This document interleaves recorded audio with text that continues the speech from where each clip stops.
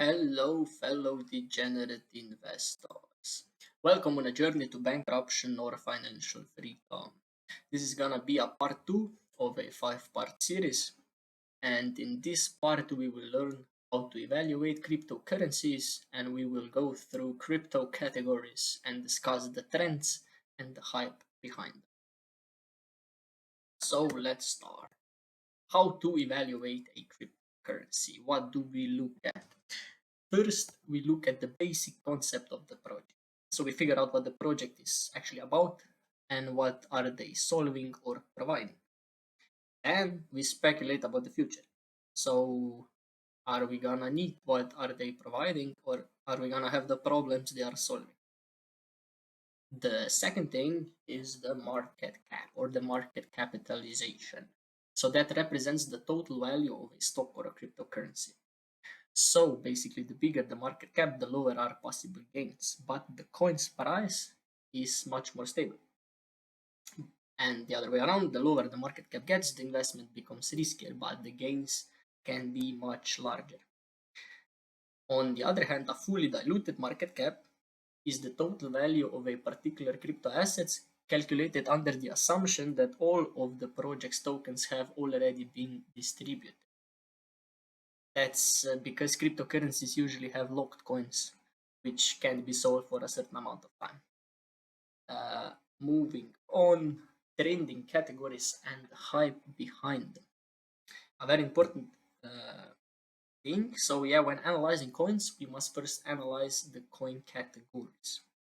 Because the more trendy a category is, the bigger the gains can be made in it.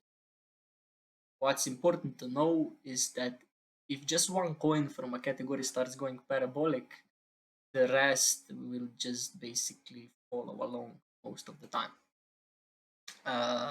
So yeah, some examples of categories are like, I don't know, layer 1, layer 2, meme, DeFi, gaming, and so on. And if we look at the last cycle, the most trendy categories where the most hype was were gaming, NFTs, DeFi's, and meme coins. So yeah, the next thing is to know about the team behind the project and the investors. So yeah, more experienced or just famous team can mean a very good thing for the project. What's also important is that the names of the team members are publicly known, because when that's not the case, it's just probably a scam or a future rug pull. And the same goes for investors, basically, like famous investors, just usually a good sign. Okay, volume. So I'm just gonna be quick here. A bigger volume just means more activity. So that's just usually a good sign. A small volume, like a really small one, can just basically mean that the project is dead, so that nobody is actually trading it. Website and the white paper are very, very, very important. We need to check that out. We need to see if the website is at least pleasing to the eye, you know, if you like it, because that's an important aspect.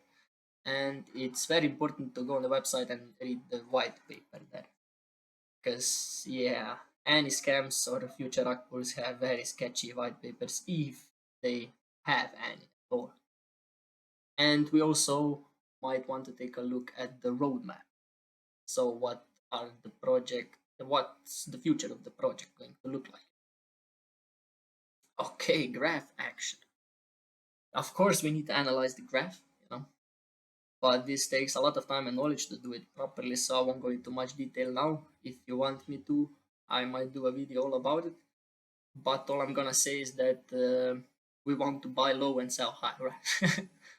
which means that we will never enter the market on a heavily pumped coin, you know, and we usually buy the ones that we think have found its bottom, but have also but are also showing a bullish moment. The last thing we need to look at is the fear and greed index, a very important index because the crypto market behavior is very emotional.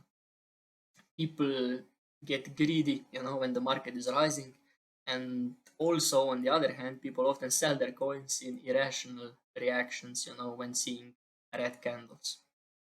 So with looking at the fear and greed index, we try to save ourselves from our own emotional overreactions. There are just basically two simple assumptions. Extreme fear or just fear can be a sign that investors are worried, so that's a good buying opportunity. And when investors are getting too greedy, so when we see like extreme greed, that means that the market is due for a correction. So basically, greed indicates a good selling point, and fear indicates a good buying point. Okay, next we're gonna be overlooking our coins, but firstly, we're just gonna talk a little bit about the categories we're gonna be looking at this cycle. So, yeah, cryptocurrencies are separated into a lot of categories. For example, layer 1, layer 2, gaming, NFTs, DeFi's, meme coins, and this cycle's trendy or the categories with the most hype behind them are meme coins, AI, and real world assets. So this is where the most hype is located, and this is what we are gonna be investing in the most. So to get a more organized picture, I will separate the coins we will be investing in into four different groups. We're gonna group them into a big cap or big market cap, which are kind of safe, medium market cap, which are neutral, small market cap, so risky coins, and the degenerate ones or the meme coins. Okay, that's gonna be it for part 2. Like and share if you enjoyed the video. I hope I gave you some valuable information. Also comment on what would you like me to talk about next, and feel free to ask anything.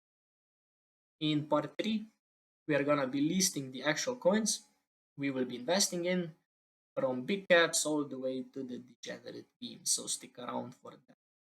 And with this said, part 2 is coming to an end. I wish you luck in your degenerate investments, and let the spirit of Doge be on our side. See you in the next one.